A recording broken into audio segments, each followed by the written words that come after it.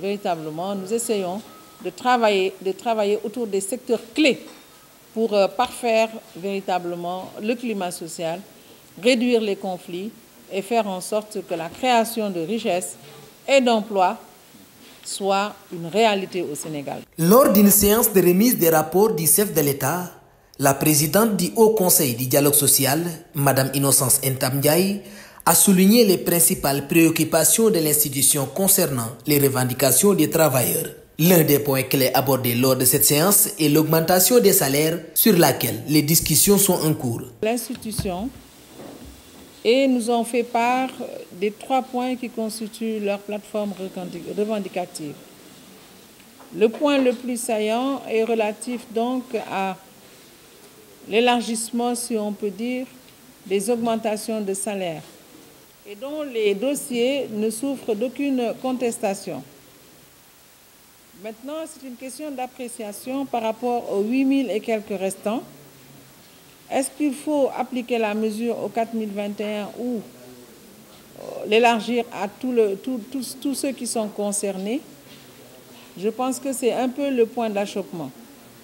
Donc, il faut qu'ils trouvent un modus operandi et j'invite donc les parties prenantes, gouvernement et travailleurs, à se retrouver et continuer les discussions, à reconsidérer leur position.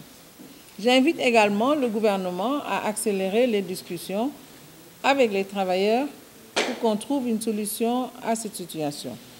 La présidente du Haut Conseil du dialogue social, Mme Innocence Ntam Ndiaye, a souligné que l'organisme se concentre sur des secteurs clés, avec une priorité accordée aux secteurs sociaux de base, tels que l'éducation et la santé. Un comité sectoriel pour la santé est en cours de mise en place, conformément aux directives du chef de l'État. Le Haut Conseil travaille sur la base donc de cadres stratégiques d'intervention triennale depuis sa mise en place en 2015.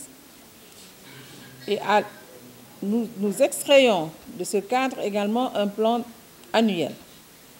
Faire ce qui est réalisable. Par contre, nous pouvons être rattrapés par des sujets qui surgissent comme ça dans le domaine dans lequel nous travaillons et qu'il faut prendre en charge. Mais il faut reconnaître que sur les questions qui relèvent des secteurs sociaux de base, c'était vraiment une priorité. L'éducation, la santé. Et l'éducation est dans le secteur public, vraiment le secteur dans lequel nous avons même un comité de dialogue social. La santé, nous allons bientôt, normalement, la date prévisionnelle c'était le 17 octobre, mais nous allons reconsidérer la date en raison d'un agenda. Mais déjà, avec les instructions du chef de l'État, la mise en place d'un comité sectoriel dans le secteur de la santé est extrêmement important et urgent.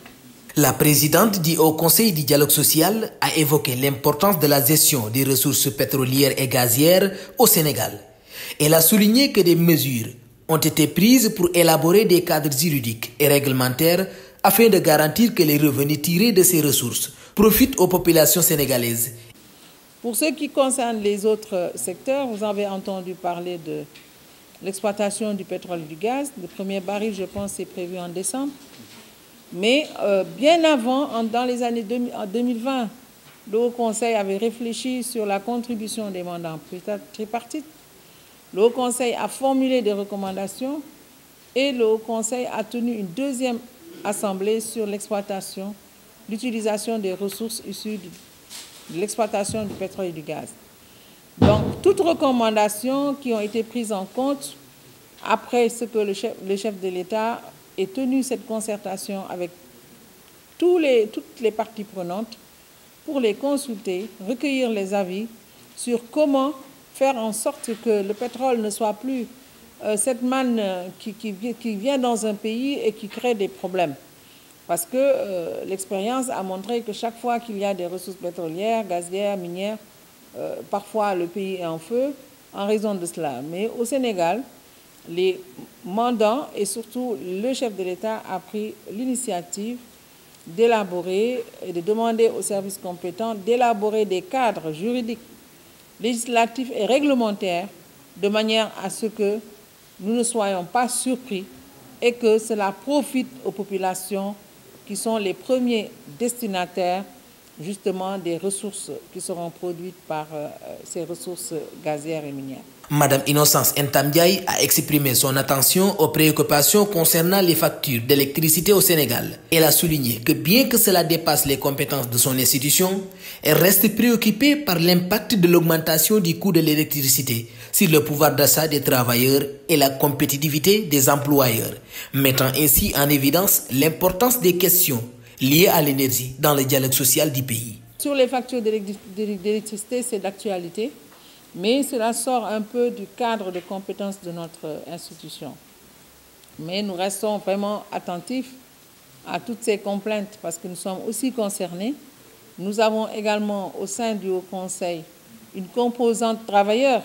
Et qui dit travailleurs, qui dit syndicat, je suis entourée par des dames syndicalistes de premier plan qui sont connues et reconnues pour leur combat pour l'amélioration des conditions de travail des travailleurs.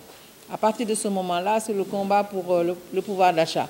Comment protéger le pouvoir d'achat du travailleur face à cette augmentation du coût de l'électricité? Comment protéger l'employeur qui, face à cette explosion, par exemple, du coût de l'électricité, qui est un facteur de production, va avoir des problèmes pour la facture énergie?